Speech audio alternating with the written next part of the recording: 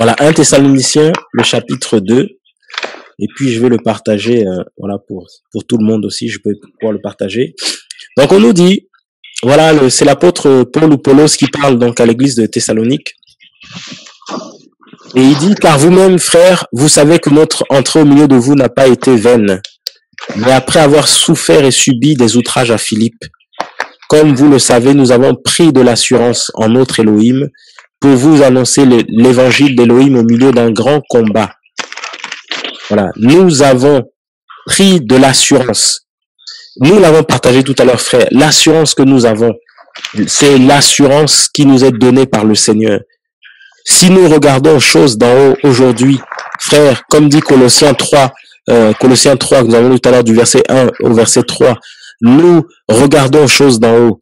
Nous cherchons les choses d'en haut parce que notre vie, parce que nous sommes morts et parce que notre vie est cachée dans le Mashiach. C'est le Seigneur, frères et sœurs, qui nous conduit à chercher des choses d'en haut, qui nous donne la force, qui nous donne la paix, qui nous donne la joie, qui nous donne la persévérance, parce que c'est pas toujours facile. Voilà, nous recevons des coups, nous entendons des paroles, nous sommes blessés, nous sommes rabaissés, ramassés, des fois insultés, voilà, par certaines personnes qui ne nous disent pas des gros mots, mais leurs paroles sont des insultes. Et ici, l'apôtre Paul va dire, après avoir souffert et subi des outrages à Philippe. Ça veut dire que quand l'apôtre Paul ou Paulos était à Philippe, il a subi des outrages. Voilà. Les gens sont venus dire des choses sur sa vie. Allons un peu regarder, juste pas, voilà, pour que tout le monde saisisse aussi. Si on regarde un peu, voilà, voilà, les outrages. Juste la définition pour nous aider aussi, voilà, les uns et les autres, qu'on comprenne aussi, voilà, la même chose. Voilà. On nous dit, c'est une offense extrêmement grave, voilà, ce qui constitue une atteinte à l'honneur, à la dignité. C'est un affront, une injure. Vous voyez ce que, voilà. Donc c'est quelque chose qui va t'atteindre personnellement. Les gens vont dire des choses qui sont totalement fausses contre toi. Ils vont déclarer des choses, ils vont dire des choses totalement pour atteindre ton honneur, pour atteindre ta dignité. Et je pense que, frère, on a vécu, ou vous avez vécu des coups comme ça, là. Et Paul va dire, on a souffert et on a subi des outrages. Il dit, comme vous le savez. Ça veut dire que les gens de Thessalonique, ils savaient cela. Ils savaient cela. Ils étaient au courant. Mais il dit, mais après avoir subi tout cela, comme vous le savez, nous avons pris de l'assurance. Donc, on a subi, on a souffert. Mais nous avons pris de l'assurance dans le Seigneur. Quelle humiliation des fois. Ça t'atteint personnellement. Ça colle même à ta peau. C'est-à-dire quand tu marches, c'est cette image-là qu'on te colle.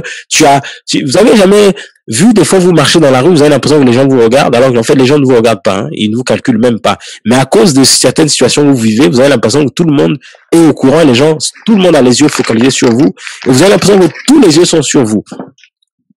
Et ça même des fois dans les assemblées, hein. Voilà, dans les assemblées soi-disant chrétiennes, vous rentrez et vous avez l'impression que, parce que ça fait, je sais pas combien de semaines, de mois que vous n'êtes pas allé, et puis ben vous arrivez, voilà, les gens, comme c'est rempli aussi des fois d'hypocrites, voilà, de personnes qui malheureusement sont des faux frères, des fausses sœurs, ben en fait, et des fois vous sentez réellement dans l'esprit que oui, effectivement, c'est sur vous, et ça atteint l'honneur, la dignité, ça atteint, parce que ça c'est vraiment des coups que vous recevez. Et il va dire, l'apôtre Paul, nous avons pris de l'assurance. Voilà, l'assurance, frère, même si on subit, on souffre tout cela, ce qui est important, frère, c'est prendre de l'assurance dans le Seigneur. La seule solution, le seul qui peut te donner l'assurance, c'est le Seigneur. Il va te rassurer que tu es sur la bonne voie. Il va te rassurer que tu vas que tu es sur la bonne voie, tu es au bon endroit. Je témoignais ça il y a 2 semaines, je pense. Je disais au frère, le Seigneur m'avait montré 2 personnes que je connais, et le Seigneur me montrait qu'il les avait frappées d'un handicap physique. Les 2 personnes que je voyais dans un songe étaient en fauteuil roulant, et le Seigneur me faisait comprendre que des fois on peut douter en se disant, mais est-ce que je cherche bien le Seigneur, je suis sur la bonne voie? parce que c'est des personnes aussi qui prient, qui prêchent, qui cherchent le Seigneur et qui pensent chercher le Seigneur, en tout cas qui disent qu'ils cherchent le Seigneur. Et là, dans le songe, le Seigneur me montrait que ils avaient frappé, que c'était très clair. Et une sœur dans le songe va déclarer ces paroles-là, que c'est à cause de ce qu'ils font que le Seigneur les avait frappés, parce qu'ils demandaient mais pourquoi on est dans cet état, pourquoi on est malade, on est devenu handicapé en fauteuil roulant. Ben le Seigneur déclarait par la bouche d'une sœur qui était à côté, mais c'est à cause de ce que vous faites. Donc frères et sœurs, des fois le Seigneur nous permet de prendre de l'assurance en lui, il nous rassure, parce que des fois ben on perd cette assurance-là. Voilà, et ça c'est vraiment le Seigneur qui agit. Et parce que ben voilà, vous avez décidé, le Seigneur vous a parlé de sortir de tel endroit, de telle assemblée, de vous séparer de certains frères. Et ben voilà, on va vous stigmatiser, on va déclarer voilà, vous êtes perdus, vous êtes égarés, voilà, vous ne comprenez rien, vous êtes des rebelles, voilà, vous êtes alors qu'en fait vous êtes partis dans la paix. Vous avez prié le Seigneur qui vous a mis cette conviction et vous êtes partis. Et frères et sœurs, c'est vraiment important de saisir que la séparation, ça existe, c'est réel. Je priais avec des jeunes frères, des jeunes sœurs. Je dors la nuit et je vois que nous sommes dans le même tram, dans le même transport en commun. Et nous arrivons à une station, les portes du tram s'ouvrent et j'hésitais entre sortir, je regardais les frères, je regardais l'extérieur. Et puis à un moment, je me suis décidé. Et je leur ai dit au revoir et je suis descendu du tram à une certaine station. Quand je me suis réveillé, j'ai compris qu'il fallait que je quitte ces frères-là, que je parte. Et le Seigneur, je suis allé les voir, j'ai partagé. Certains, beaucoup, voilà, m'ont dit, mais non, ça vient pas du Seigneur, tout ça. Certaines sœurs ont commencé à me déclarer certaines choses, voilà. Mais dans mon cœur, j'avais la conviction que c'était fini. Et le Seigneur m'a montré des choses qui étaient cachées, des choses ténébreuses qui étaient là. Et j'ai pris ma décision, je suis parti. Voilà. Parce que, ben, il y a un temps où le Seigneur nous fait sortir il a permis qu'on puisse donner ce qu'on avait à donner, qu'on puisse partager ce qu'il y avait à partager. Mais lorsqu'il sait que si nous restons là, ça va nous éteindre parce que le péché est rentré, parce que le diable est rentré, eh ben, il te fait sortir. Et il nous fait sortir. Donc, et c'est ce qui s'est passé avec les frères. Ils étaient à Philippe. À un moment, le Seigneur leur a dit de sortir de là. Voilà. Donc, les coups que tu reçois, les coups que je reçois, frère, les outrages, c'est vraiment, ça atteint ta dignité, ça atteint. Tu te dis, mais comment ça a pu m'arriver? Pourquoi ça peut m'arriver à moi? Ça pique, c'est déstabilisant, c'est compliqué. C'est compliqué. Et vraiment, frère, saisissons-le que tout le monde ne sert pas le Seigneur. Saisissons ces choses-là. Tout le monde que nous voyons ne sert pas le Seigneur. Et c'est pour ça que, voilà, prenons le temps de chercher la face du Seigneur, de prier le Seigneur dans tout ce que nous voulons faire. Quand voilà, nous rencontrons des chrétiens, des soi-disant disciples du Seigneur, soi-disant chrétiens, mais prions le Seigneur qui puisse lui-même nous parler. Prions le Seigneur. Prions, frère. Ne vous limitez pas à comment dire, à ce que les gens disent. Ne vous limitez pas à ce que vous entendez, mais allez au pied du Seigneur. Vraiment. Allez au pied du Seigneur, que lui-même, le Seigneur puisse, voilà, lui-même puisse vous confirmer les choses, vous montrer les choses. Voilà. Il y a des sœurs qui me témoignaient, des frères qui me témoignaient qu'ils avaient reçu des messages, voilà, de certaines personnes qui voulaient, qui leur disaient des choses, tout ça. Et ben, ces frères ont prié le Seigneur et ils ont dit, ben, vous savez, le Seigneur nous a aussi parlé, c'est pour ça qu'on est là. C'est pour ça qu'on est là. Parce que le Seigneur nous a parlé. Parce que le Seigneur nous a parlé. Et si, franchement, frère, nous réalisons de plus en plus que, ben, il y a vraiment des gens que le diable envoie comme ça pour déstabiliser. Le diable envoie comme ça, vraiment, pour totalement détruire. Une sœur vient me voir, me dit, voilà, il y a une sœur que ta femme a blessée, elle a dit ceci, cela. J'ai dit à la sœur, écoute, la sœur qui t'a envoyé là, elle a une bouche, la sœur en question. Si réellement ma femme lui a dit quelque chose qui l'a blessée, mais que cette sœur vienne et qu'elle, dans la paix, qu'elle vienne nous voir et qu'elle puisse exposer simplement, parce qu'on est humain, on peut effectivement blesser quelqu'un. Et je dis, maintenant je parlais à la sœur qui est venue me voir, je lui dis, mais écoute, le rôle que tu es en train de jouer là, ça c'est pas le Seigneur. Parce que, en fait, là tu es en train de jouer un rôle de division. Je lui ai dit, ce que tu m'as dit là, je n'irai pas voir ma femme pour lui dire, voyez, ça. Ça, c'est là, tu joues un rôle de division. Quand quelqu'un vient te dire, voilà, telle sœur m'a fait ça, ou tel frère m'a dit ça, mais tu vas voir tu dis à cette personne, écoute, je n'étais pas là, je ne suis pas la personne concernée, eh ben, je te propose, parce que nous sommes des enfants de lumière, tu vas vers la personne qui, soi-disant, t'a blessé, mais parle-lui avec amour, ouvre ton cœur, déclare les choses, afin que le nom du Seigneur soit béni. Et j'ai dit à cette sœur, en fait, la manière dont tu viens me voir, c'est que vous avez déjà parlé entre vous deux là, vous avez passé du temps à murmurer, passé du temps à calomnier, et la manière dont tu es en train de me le dire, c'est, je sens ce qui est dans ton cœur, je vois la semence qui est dans ton cœur, et tu ne viens pas avec la paix. Et j'ai dit à cette sœur, toi-même qui viens me parler, en tout cas, là tu joues le rôle du diable, là tu joues le rôle de la division, je ne prendrai pas cette parole. Par contre, tu vas dire à cette personne qui t'a dit ça, qu'elle prenne ses pieds, qu'elle vienne elle-même. Si elle a des choses à dire, qu'elle vienne s'exprimer. Et je dis à cette sœur, il faut arrêter de faire le porte-parole des gens, frère. Arrêtons de prendre les choses qu'on nous a dites pour chercher à faire les porte-paroles. Voilà, ça, c'est pas du Seigneur, ça. Quand on vient dans une démarche comme ça ne vient pas du Seigneur. Et il y a plein de choses comme ça que les gens font. On vient dans les assemblées, on entend des choses, voilà, on partage avec des gens parce qu'on n'a pas l'esprit des fois, on est dans la chair des fois. Et derrière, vous venez pour diviser, détruire. Je disais à quelqu'un, frère, et vraiment c'est pour nous encourager, je disais avec une personne, je disais, ne laisse pas les gens venir te dire des choses contre ta femme ou contre ton mari, ou sœur aussi, je disais, si quelqu'un vient vous dire des choses, oui, va dire à ton mari ceci, va dire à ta femme cela, refusez ces choses-là. Il faut refuser ces choses-là. Priez le Seigneur, cherchez le Seigneur, mais n'acceptez pas que les gens viennent comme ça déclarer des choses. Quand c'est fait avec amour, quand c'est un conseil, on voit que c'est un conseil, mais certains viennent avec vraiment une mauvaise semence et ils viennent pour détruire. Oui, tu vois, ton mari est comme ci, ta femme est comme ceci.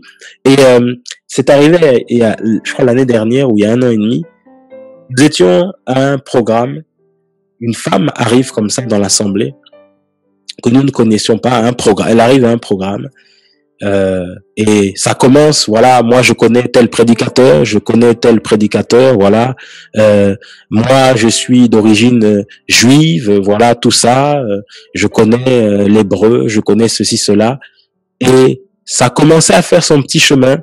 On l'a réinvité à un programme, et la sœur, elle s'est approchée d'une sœur, elle a commencé à prier pour une sœur, elle a commencé à prophétiser a priori pour cette sœur-là.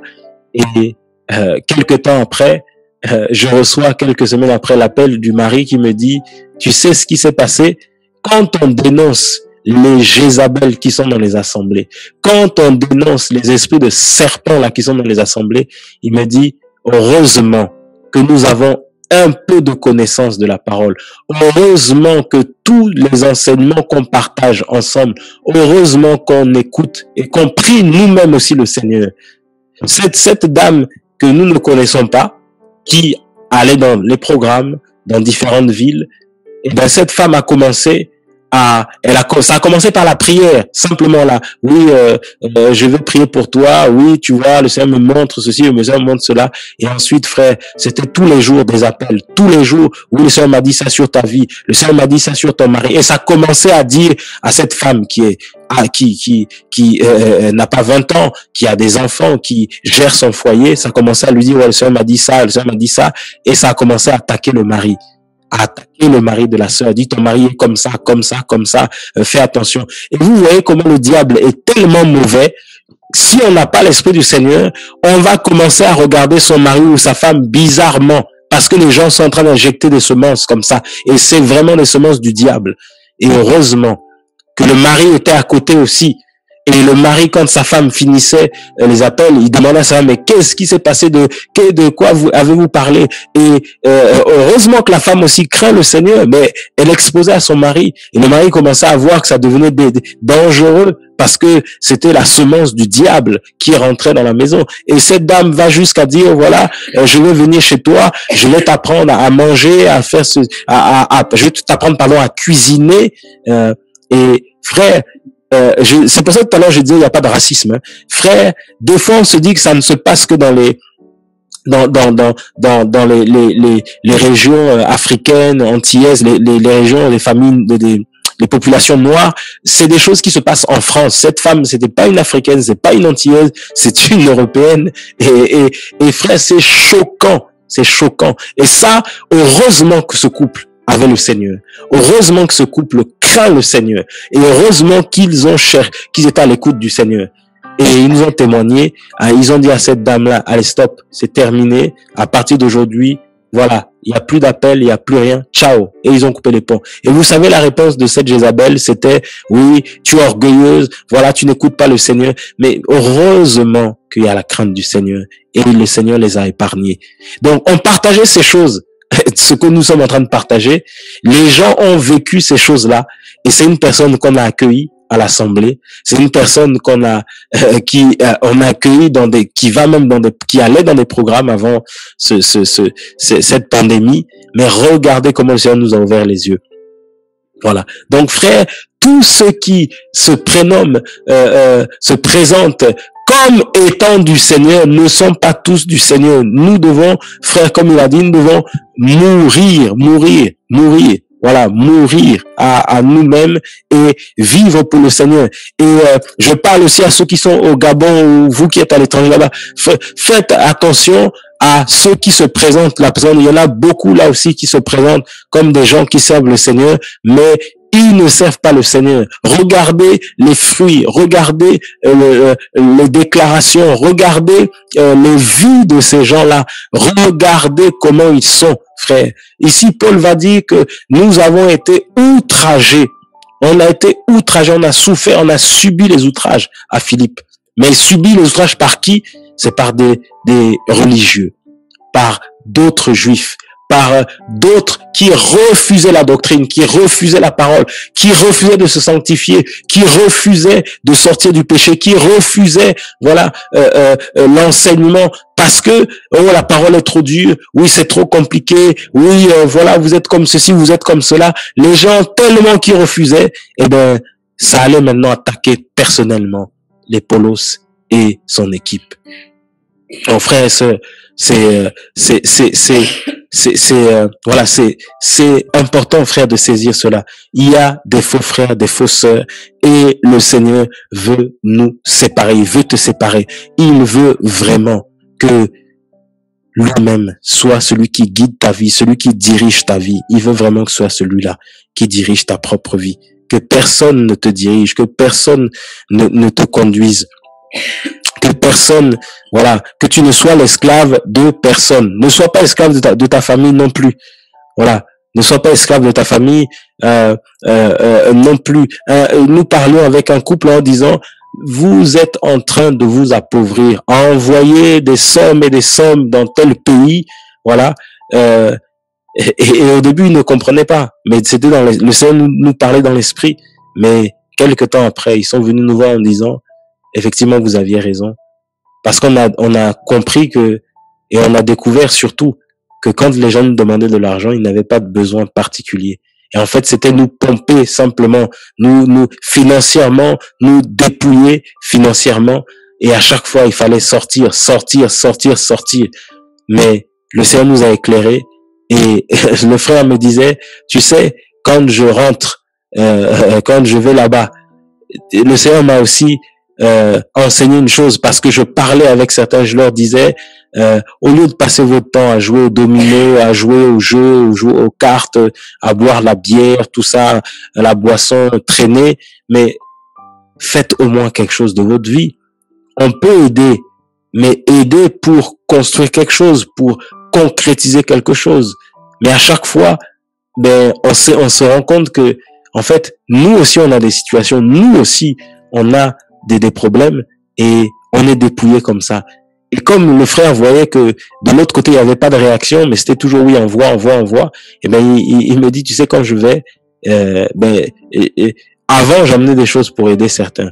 Mais quand j'ai compris, en fait, que c'était juste certains qui profitaient de la situation, et ben, désormais, quand je vais, je sais à qui j'emmène quelque chose et à certains, je n'emmène rien. Mais j'emmène vraiment pour donner quand il y a un besoin.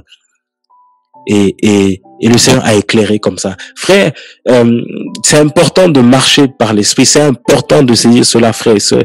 Avec les coups que nous recevons, avec les coups que nous avons reçus, que tu as reçus, les Écritures nous enseignent ce que nous avons, ce qui est écrit dans les Écritures, mais c'est pour que ça nous serve d'exemple. Je crois que c'est Romains 15 qui dit cela, je crois. Voilà. Donc, frère, comme nous lisons les Écritures comme ça doit vraiment, vraiment nous enseigner, vraiment, vraiment nous édifier, vraiment nous servir. Ça doit nous servir. Voilà, ça doit te servir. Je crois que c'est Romains 15. Je suis en train de chercher le passage. Je crois que c'est Romains 15 qui dit ça. Voilà.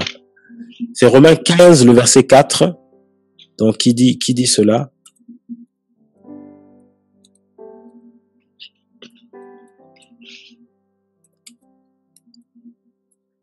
Romains 15 et je crois que c'est le verset 4.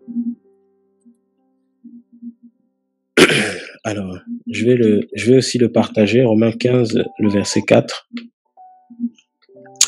Donc, voilà ce qui est écrit.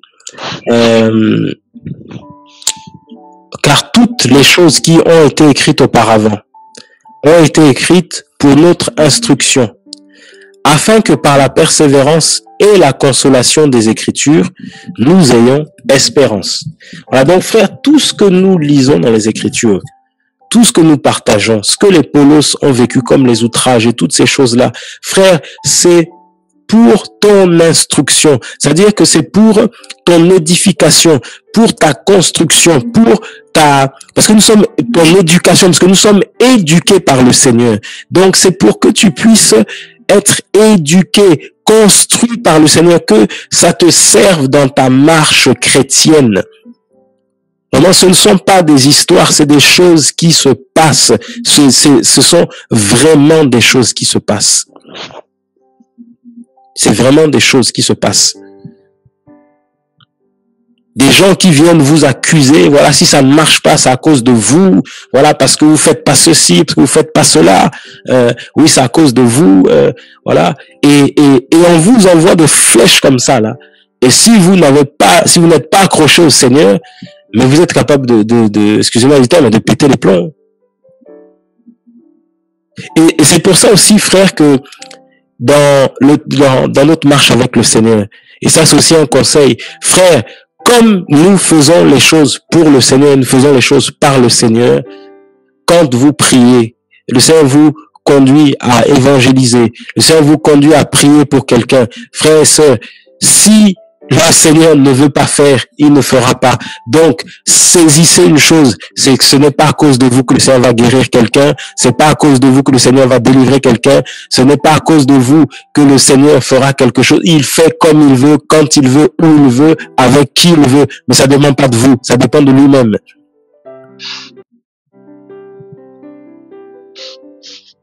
Nous avions reçu un prédicateur,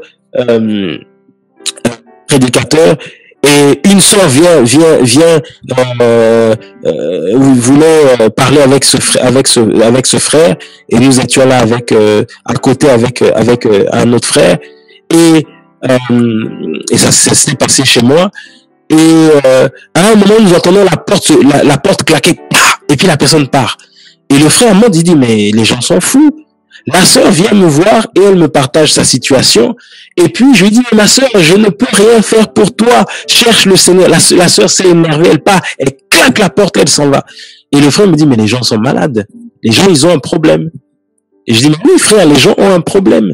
Qu'est-ce que le frère va pouvoir changer à ta vie? C'est le Seigneur qui fait. Mais là, tu t'énerves et tu claques la porte, tu pars en claquant la porte.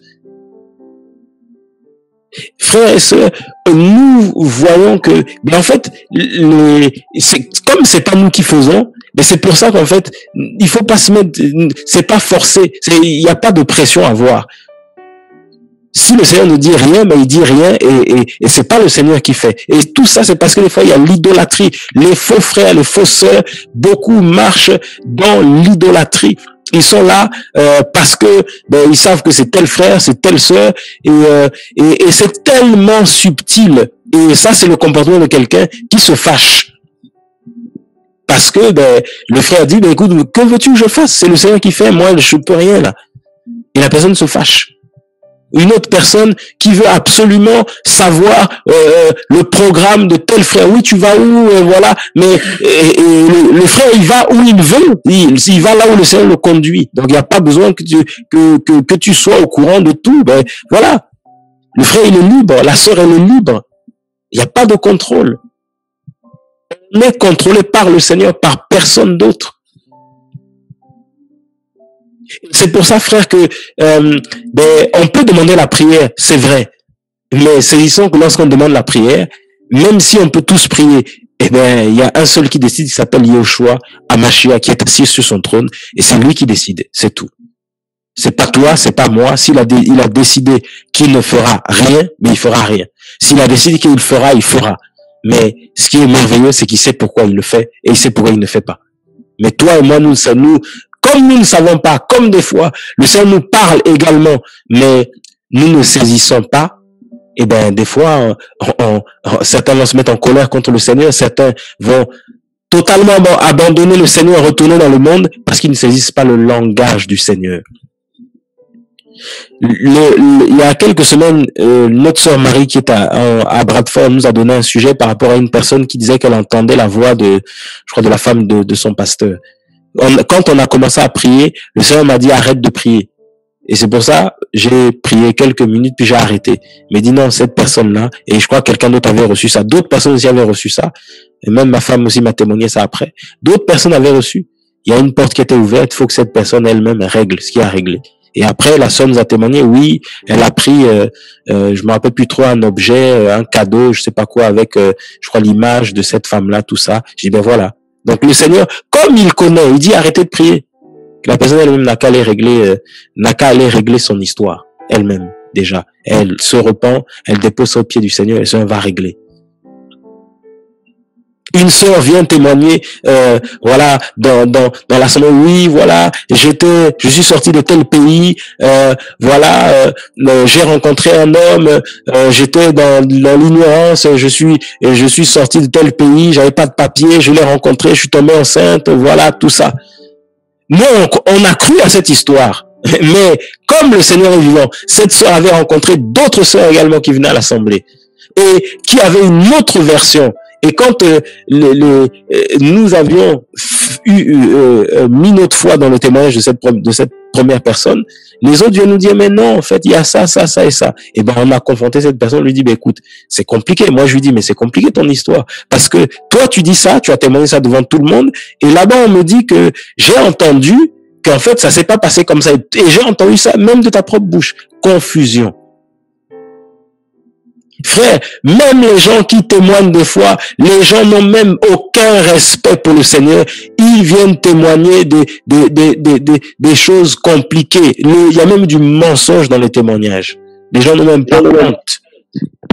Qui parlent devant le Seigneur, c'est pas devant nous, c'est devant le Seigneur qu'on témoigne. Et même en témoignant, il y a du mensonge. On a essayé d'arranger un peu, voilà, de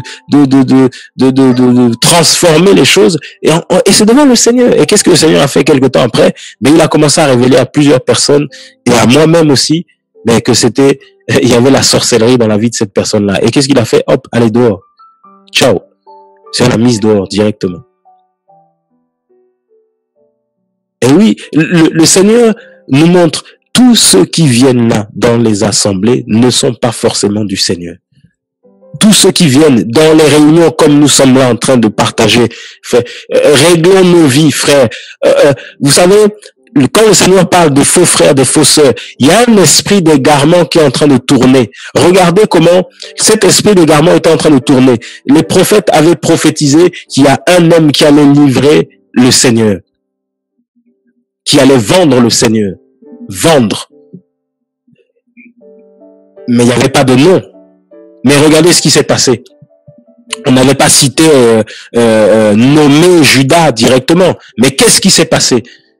Il y avait un homme qui s'appelait Judas Iscariote, qui était un voleur, que le Seigneur avait choisi parmi les 12 apôtres, mais qui était un voleur dans le cœur duquel il y avait le vol. À chaque fois qu'il tenait la bourse, et parce que le Seigneur, il était soutenu par certaines femmes qui soutenaient son ministère matériellement, financièrement, non qu'il ait besoin d'argent parce qu'il est tout puissant, mais c'était aussi pour nous montrer que l'œuvre, on la soutient aussi matériellement, financièrement, parce qu'il y avait aussi des besoins. Il y avait des pauvres, il y avait des besoins.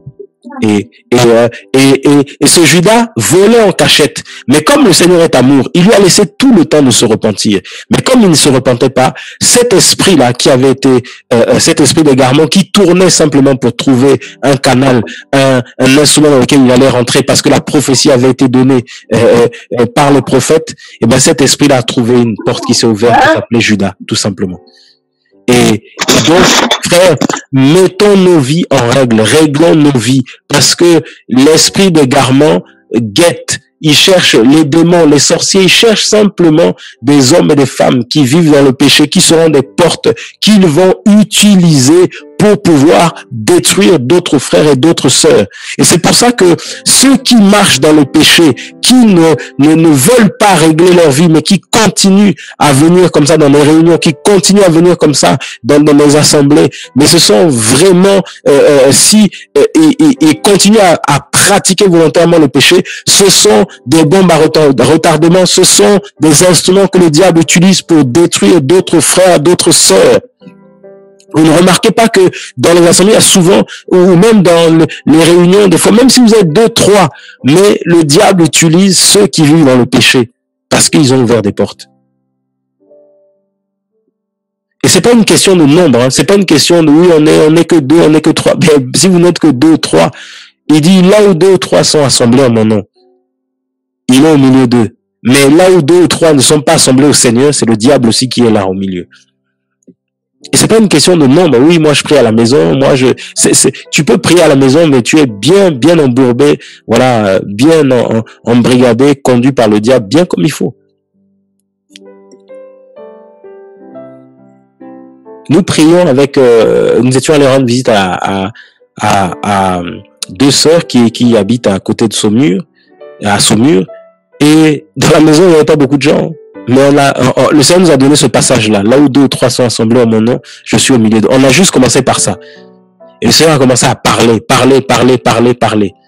Et à un moment, il y a une jeune femme qui était là, qui a menti, qui nous a dit non, je dois partir parce que mon fils est malade.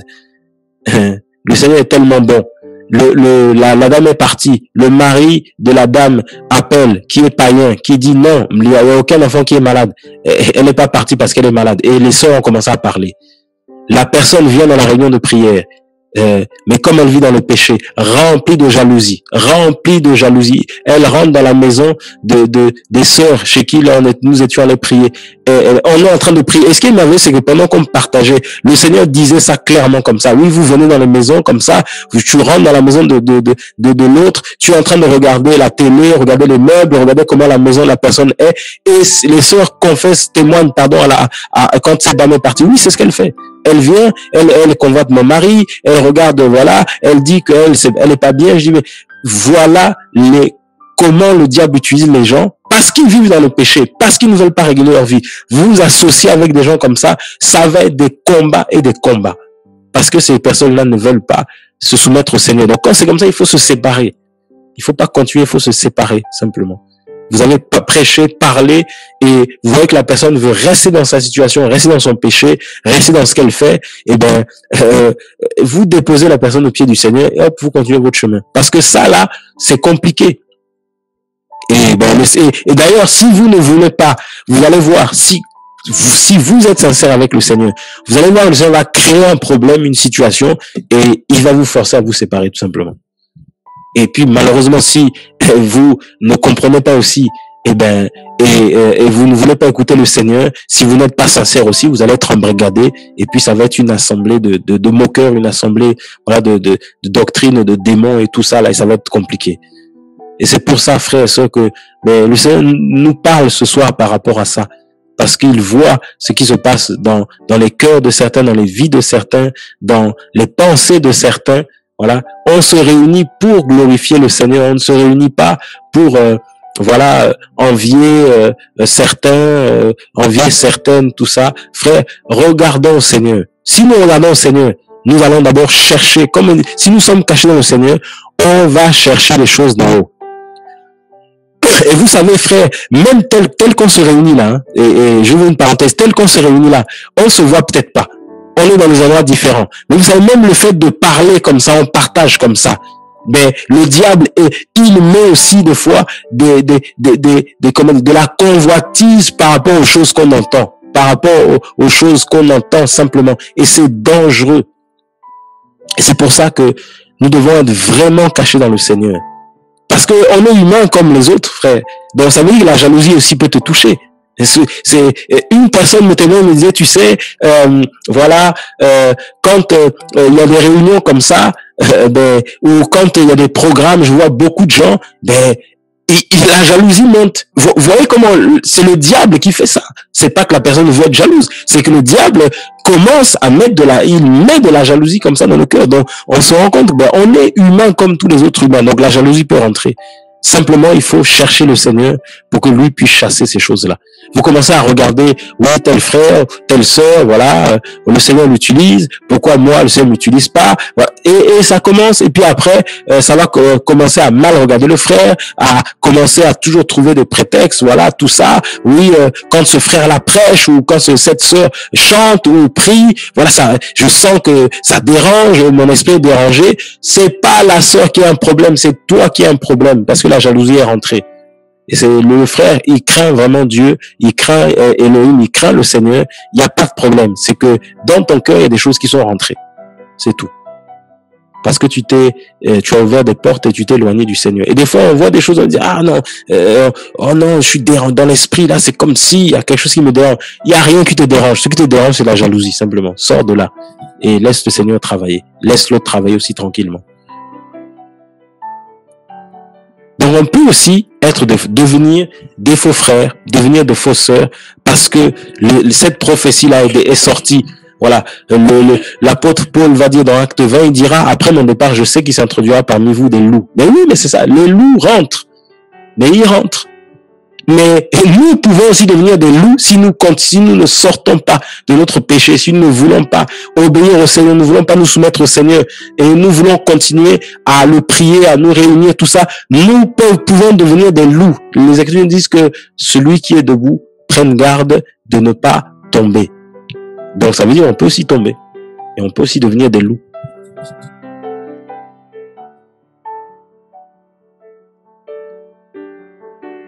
C'est pour ça que le Seigneur, frère, nous interpelle vraiment à marcher avec lui, frère, à craindre vraiment le Seigneur, à sortir du péché. Sortons de nos situations, arrêtons les murmures, les critiques, si tu n'es pas d'accord avec quelque chose, pose une question.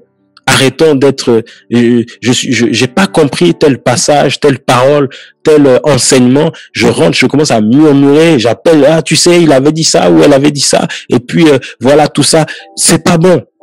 Et sur la conversation que nous avons, moi, je bénis le Seigneur parce que je ne lis pas toujours ce qui est écrit, mais je bénis le Seigneur parce que parmi nous, il met aussi des sentinelles des fois qui lisent ce qui est écrit et puis on se recadre. Voilà, et ça, c'est magnifique parce que, c'est ça le Seigneur. Voilà, il n'y a pas de sentiment. S'il y a des choses qui sont écrites qui sont pas bonnes, nous on n'a pas les yeux partout. Ceux qui lisent aussi, ils peuvent aussi recadrer, ils peuvent aussi dire ça et ça.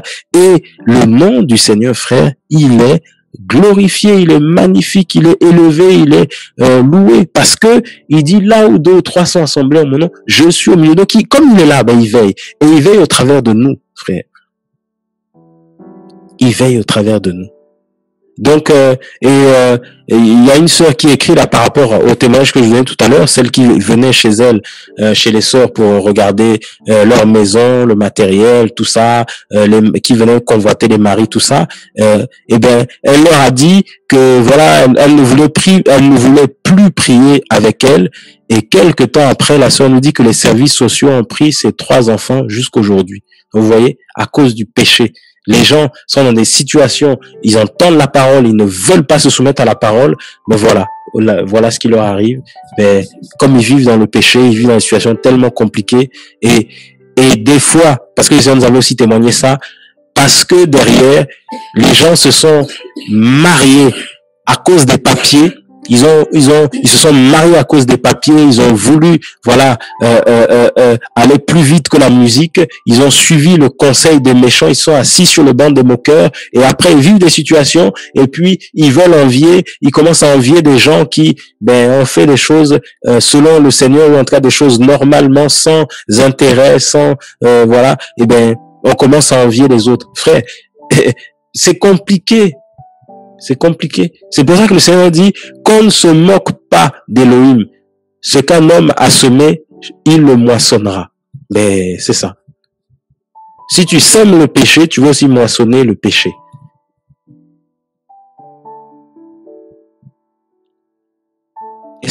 C'est pour ça, frère, moi je dis souvent aux gens, la vie ne s'écrit pas au brouillon. La vie s'écrit au propre. C'est-à-dire que tout ce que nous faisons, il n'y a pas de brouillon pour dire, tiens, voilà, je suis allé avec telle personne, ça, je vais l'effacer de ma vie, j'ai fait ça, je vais l'effacer.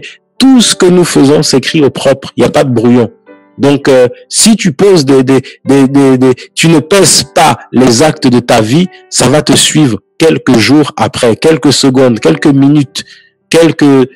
Ça pourrait te suivre quelques semaines, quelques mois, même quelques années après, mais ça va te suivre. Et c'est pour ça, frère, que le Seigneur nous enseigne. Il nous enseigne. Il dit que nous sommes cette lettre connue et lue de tous. Et c'est les Écritures qui le disent. Nous sommes cette lettre connue et lue de tous, écrite par le Saint-Esprit, par le Seigneur. Nous qui avons le Seigneur, nous qui avons accepté le Seigneur. Donc on est une lettre. Donc il n'y a pas de brouillon. C'est écrit au propre. Donc, c'est pour ça, gare à ta vie, fais gaffe à ta propre vie, fais attention à ta propre vie, à ce que tu fais. Jeune, moins jeune, je sais pas. Fais gaffe à ta vie, fais attention à ta vie. Ne te dis pas, oui, je suis jeune, voilà, je fais comme je veux. Mais ce que tu fais quand tu es jeune, là, ça peut te suivre. La santé que le Seigneur te donne, que le Seigneur me donne, cette santé-là, elle peut aussi s'arrêter, hein. Pardon, la vigueur que le Seigneur te donne, qui me donne. Regardez, pour nos aînés, et même nous, des fois, on se rend compte que, c'est vrai que, oui, il y a telle chose, quand tu le fais, t'es un peu plus essoufflé, tu te dis, d'accord, ok, mais il y a des choses, tiens, j'ai mal à mon genou, j'ai mal ici, j'ai mal là, mais quand tu écoutes certains dire ça, tu te dis, d'accord, ok, en fait, le corps, au fur et à mesure, il est diminué, il y a des choses, ok, d'accord. Quand tu vois des oncles, des tantes, des parents, tout ça, tu dis, d'accord, ok. Oui, c'est plus les mêmes. Oui, c'est plus les mêmes parce que c'est le Seigneur qui donne cette santé-là et il te dit vraiment d'en prendre soin. Il dit que notre corps est le temple, du Saint-Esprit, le temple d'Élohim et nous devons en prendre soin. Celui qui le détruit, lui, le Seigneur le détruira aussi. Donc, prends soin de ta vie, prenons soin de notre vie, frère. Donc c'est pour cela, frères et sœurs, que tout ce que nous lisons, toutes les choses qui ont été écrites auparavant, Romains 15, verset 4, elles ont été écrites pour notre instruction, afin que par la persévérance et la consolation des Écritures, nous ayons espérance. Voilà. Quand le Seigneur dit, maudit soit l'homme qui se confie en l'homme dans Jérémie ou Yerméa, Mais c'est pour nous interpeller, frère. Ne vous confiez pas dans les hommes, ne nous confions pas dans les hommes. Les mêmes qui t'acclament aujourd'hui, c'est les mêmes qui vont te lapider demain. Et c'est pour ça que dans 1 Thessaloniciens 2, Paulos va vraiment faire comprendre que, voilà, nous ne cherchons pas la gloire des hommes. C'est ce qu'il va faire comprendre aux gens de Thessalonique. Il leur fait comprendre ça. En fait, que c'est pas la gloire des hommes. Voilà. Nous ne cherchons, et nous aussi, frères, nous ne sommes pas là pour chercher la gloire de qui que ce soit. Nous ne cherchons pas l'approbation des humains, mais nous cherchons l'approbation d'Élohim. C'est ça, son approbation que nous cherchons.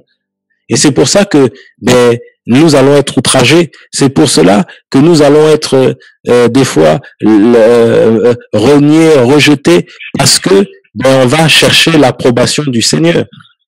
Il va dire au verset 4, mais comme nous avons été éprouvés, non, verset 3, pardon, il dit car notre exhortation ne provenait ni de l'égarement, ni de l'impureté, ni de la tromperie. Vous voyez des hommes qui avaient une conscience pure.